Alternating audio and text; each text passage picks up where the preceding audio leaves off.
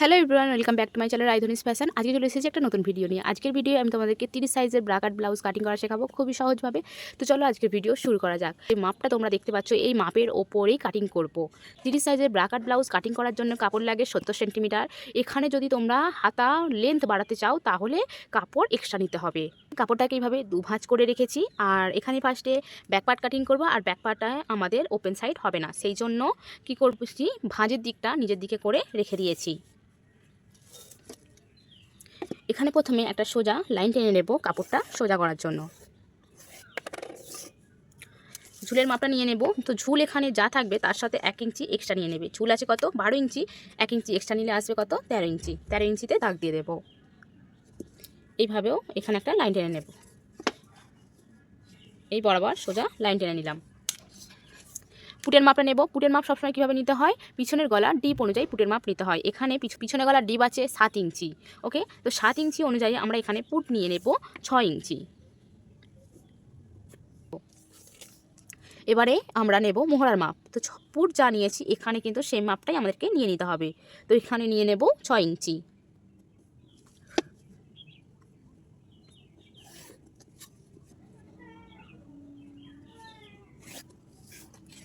এখানে নেব ছাতির মাপ। তো ছাতি যা আছে তাকে 4 দিয়ে ভাগ করব। 30 ইঞ্চি ছাতি, তার 4 ভাগের 1 ভাগ হচ্ছে 7.5 ইঞ্চি। 7.5 ইঞ্চিতে দাগ দিয়ে দেবো। আর এখান থেকে আমি 1 ইঞ্চি এক্সট্রা কাপড় রাখলাম, ভিতরে রয়ে যাবে, পরে যদি ভবিষ্যতে বাড়াতে হয় সেই জন্য। তোমরা চাইলে এখানে 1.5 ইঞ্চি 2 ইঞ্চি পর্যন্ত নিতে পারো। এই যে দাগটা আছে, এই দাগ থেকে ভিতরের দিকে ঢুকে যাব 2 সুতোর মতন। এইভাবে একটা লাইন টেনে নেব। এই যে ভিতরে যে দাগটা তৈরি হয়েছে এখান থেকে এই কোণ বরাবর নিয়ে নেব 1.25 ইঞ্চি, মানে 1 ইঞ্চি থেকে 2 সুতো কম। এবার শেপটা দেব, তার জন্য কি করব, এই লাইনটার মিডিল করে নেব। 6 ইঞ্চি, তার মিডিল কত আসছে, 3 ইঞ্চি। মিডিল করে নেব। এই মিডিল থেকে আমাদেরকে শেপ দেওয়াটা শুরু করতে হবে। এবার আমরা এখানে মোহরার মাপটা মেপে নেব। তো মোহরা যা আছে তার হাফ করে নেব। এখানে মোহরা আছে কত, 14 ইঞ্চি, তার হাফ হচ্ছে 7 ইঞ্চি। তো এই দাগ বরাবর এইভাবে মেপে নেব। 7 ইঞ্চি যেখানে আসছে সেখানে দাগটা দিয়ে দেব। এবার এখানে নিয়ে নেব কোমরের মাপ। কোমর হচ্ছে 24 ইঞ্চি, তার 4 ভাগের 1 ভাগ হচ্ছে 6 ইঞ্চি। 1 ইঞ্চি এক্সট্রা নিয়ে নিলাম, ভেতরে কাপড়টা রয়ে যাবে।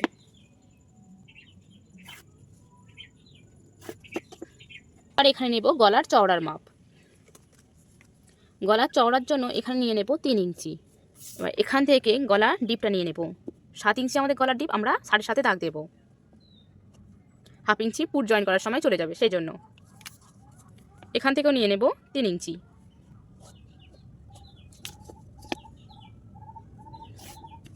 এখানে পুট ডাউন করে দেব।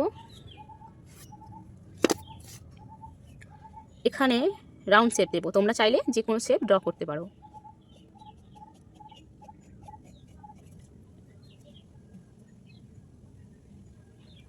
তবে এখানে ড্রয়িং করা আছে সেইভাবেই কাটিং করে নেব।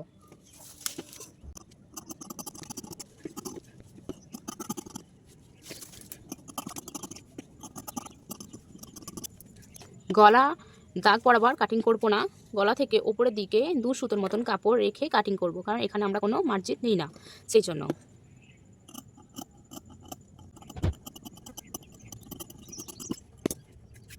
এখানে যেভাবে ড্রয়িং করা ছিল আমি সেইভাবেই কাট করে নিয়েছি। এখানে যেখানে ছাতি 4 ভাগ এসেছে সেখানে শুধু একটা কাট লাগিয়ে দেবো, সেলাই করার সময় সুবিধা হবে। ব্যাক পার্ট কাটিং করা হয়ে গেছে, এবার আমরা কাটিং করব ফ্রন্ট পার্ট। ঠিক আছে, তো ফ্রন্ট পার্ট কাটিং করার জন্য এখানে কাপড়টাকে এইভাবে 2 ভাঁজ করে নিয়েছি। এই দিকে কাপড়টা আমার টেরা বেঁকা আছে, সেই জন্য যে দিকটা ভাঁজের দিক আছে সেই দিকটা দিয়ে আমি কাটিং করব। তার জন্য প্রথমে কি করব, ওপরে একটা সোজা লাইন টেনে নেব কাপড়টা সোজা করার জন্য। যেহেতু সামনে হুক হবে সেই জন্য এখান থেকে নিয়ে নেব 2 সুতোর মতন কাপড়।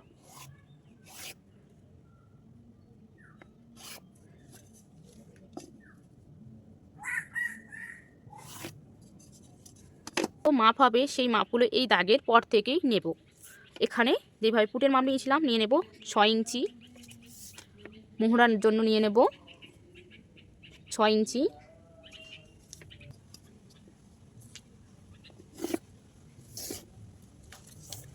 এখানে নেব ছাতির 4 ভাগের 1 ভাগ। ছাতি কত আছে 30, তার 4 ভাগের 1 ভাগ হচ্ছে 7.5। 1 ইঞ্চি এক্সট্রা কাপড় লাইন থেকে ভিতরের দিকে নিয়ে নেব 1/2 ইঞ্চি।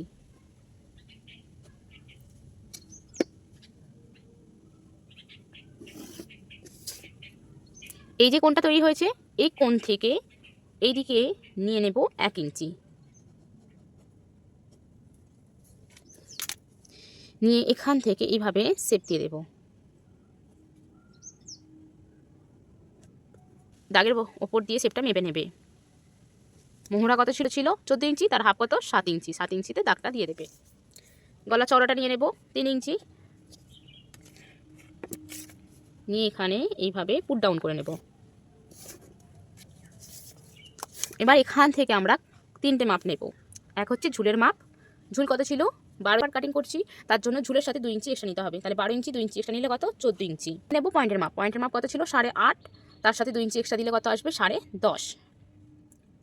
এবারে নিয়ে নেব গলার ডিপটা 5.5, 1/2 ইঞ্চি এক্সট্রা দিয়ে 6। পুট জয়েন্ট চলে যাবে, সেজন্য এখানে 1/2 ইঞ্চি এক্সট্রা নিয়েছি। এবারে এই দাগ বরাবর সোজা করে লাইন টেনে নেব।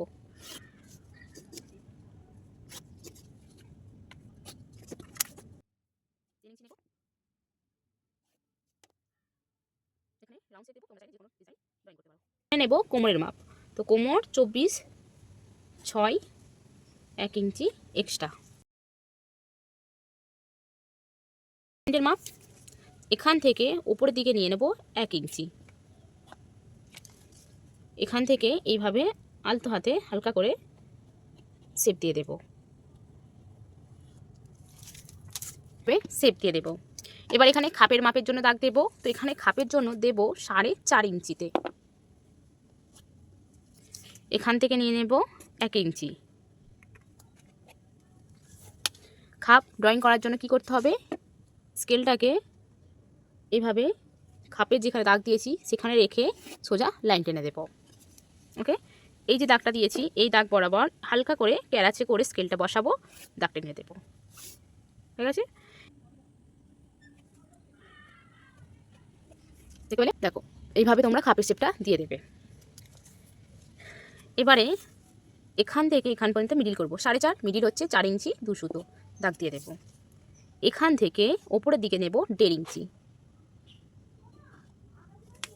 এখান থেকে ওপরের দিকে নেব 2.5 ইঞ্চি। এখান থেকেও ওপরের দিকে নেব 2.5 ইঞ্চি। এখানে যে 3টে দাগ দিলাম সেই 3টে দাগকে আলতো হাতে এইভাবে হালকা করে শেপ দিতে দিতে মিলিয়ে দেব। দেখো শেপ দিয়ে দিলাম, ডট ডট দিয়ে প্রথমে শেপ দেবে, তারপরে এটাকে ডিপ করে দেবে। খুব সহজভাবেই আমরা ড্রয়িং করে নিয়েছি। এবার কাটিং করব। তো এখানে কাটিং করা হয়ে গেছে, সাইড করে দেব। এই পার্টটা কাটিং করব। তো যেই শেপটা আছে সেই শেপ বরাবরই কাট করে নেব।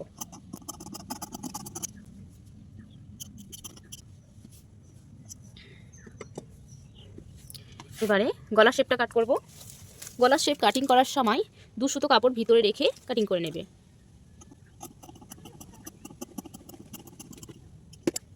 এবার তোমাদেরকে আমি একটা জিনিস বলে দিই, দেখো এই যে আমি খাপে যে ড্রয়িংটা করেছি এই বরাবর যদি আমি এখানে কাটিং করি তাহলে কি হবে, খাপের যে মাপটা সেটা এখান থেকে সেলাইটা যাবে। ওকে, এটা আমার এখান থেকে যাবে, তাহলে খাপটা এখানটা চ্যাপটা হয়ে যাবে, ঠিকঠাকভাবে রেডি হবে না। সেই জন্য এখানে তোমাদেরকে এখানে কি করতে হবে, এই যে খাপের যে দাগটা আছে সেইটা থেকে এই ভিতর দিকে 1/2 ইঞ্চির মতন মানে সেলাই মার্জিন রেখে দিয়ে এটা কাট করে নিতে হবে। এখান থেকে কাট করে নিতে হবে, তাহলে যখন আমরা সেলাই করব তখন এখান থেকে সেলাইটা যাবে আর খাপটাও ঠিকঠাক হবে নিতে হবে। আর অবশ্যই এখানে একটা চিন কাটবে। পাটটা আছে এই পাটটাকে এখান থেকে আলাদা করে নেব, এটা আমাদের লাগবে না। এই যে পাটটা আছে এই পাটটাকে আমাদেরকে বড় করে নিতে হবে। তার জন্য এখানে 2 ভাঁজে কাপড় নিয়ে নিয়েছি। আর এই যে পাটটা আছে এই পাটটাকে এইভাবে সোজা করে রাখলে হবে না, এইভাবে একটু ক্যারাচে করে রাখতে হবে কাপড়ের উপর, মানে যেদিকে কাপড়টা এরকম টানলে বাড়ছে এরকম সোজা দিকে রাখবে না। ঠিক আছে, আর দেখে নেবে এই সাইডে এই সাইডে এই সাইডে উপরের দিকে যেন কাপড় থাকে। যেইভাবে আছে সেইভাবে একটা দাগ করে নেব, শুধু ছাপ তুলে নেব। যেভাবে ছিল সেভাবে আমি একটা ছাপ তুলে নিয়েছি। এবার এই যে রাউন্ড শেপ আছে এই দিকে আমরা বাড়িয়ে নেব 1.5 ইঞ্চি। ফিতেটাকে অবশ্যই এরকম দাগ বরাবর মিলিয়ে রাখবে, এরকম সোজাভাবে রাখবে না, তাহলে মিলবে না জিনিসটা। সেই জন্য এখানে আমাদেরকে এই দাগ বরাবর ভিতরে রাখবে 1.5 ইঞ্চি, এখান থেকে এই দিকে নিয়ে নেব 1.5 ইঞ্চি, যে দিকটা সোজা দিক আছে সেই দিকটা নিয়ে নেব 1.25 ইঞ্চি, এদিকেও ফিতেটাকে এইভাবেই রাখবে 1.25 ইঞ্চি, মানে 1 ইঞ্চি থেকে 2 সুতো কম।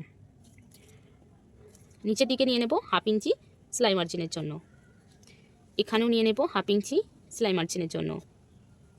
এদিকে 2 সুতো আমাদের সেলাই মার্জিন আছে, তো কী করব, এটাকে এইভাবে আলতো হাতে এখান থেকে এইভাবে মিলিয়ে দেব,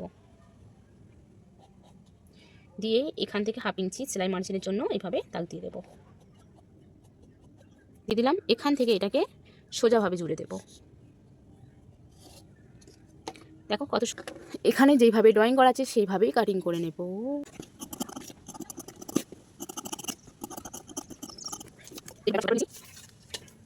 এবারে এর নিচের পাটা কাটিং করব, তার জন্য এখানে কাপড় 2 ভাঁজ করে নিয়েছি আর এই দিকটা দিয়ে সোজা করে নিয়েছি। এখানে নিয়ে নেব 3.5 ইঞ্চি,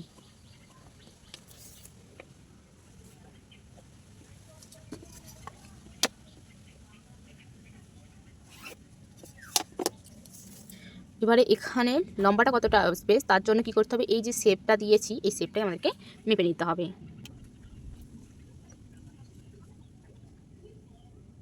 এখানে আছে 7.5 ইঞ্চি, ঠিক আছে, তো এখান থেকেও নিয়ে নেব 7.5 ইঞ্চি, যেখানে আসছে সেখানে দাগ দিয়ে দেব, সোজা একটা লাইন টেনে নেব। নিচের দিক থেকে 1 ইঞ্চি দেব শেপ দেওয়ার জন্য, আর ওপর দিকের থেকে নেব 2 সুতোর মতন শেপ দেওয়ার জন্য। এটাকে এইভাবে হালকা হাতে শুধু মিলিয়ে দেব, আর এইভাবেও এটাকেও মিলিয়ে দেব। এখানে যেভাবে ড্রয়িং করা আছে সেইভাবেই কাট করে নেব।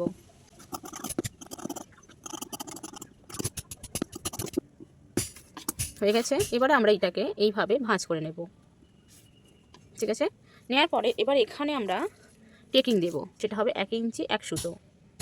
ফিতেটাকে এইভাবে রাখবে, রেখে এইভাবে দাগ দিয়ে দেবে, যে এইভাবে কোণ করে নিয়ে দাগ দিয়ে দিলাম। এখানে একটা কাট লাগিয়ে দেবো, সেলাই করার সময় সুবিধা হবে। এখানে একটা দিয়ে দিলাম, এখানে একটা দিয়ে দিলাম, ঠিক আছে। এটা হচ্ছে 1 নম্বর, এটা 2, এটা 3 আর এটা 4। এখানে আমার প্রত্যেকটা পার্ট কাটিং করা হয়ে গেছে। তোমাদের যদি ভালো লাগে তাহলে অবশ্যই লাইক শেয়ার কমেন্ট করতে ভুলবে না, আর যদি তোমাদের কোথাও অসুবিধা হয়ে থাকে অবশ্যই আমাকে কমেন্ট করে জানাবে।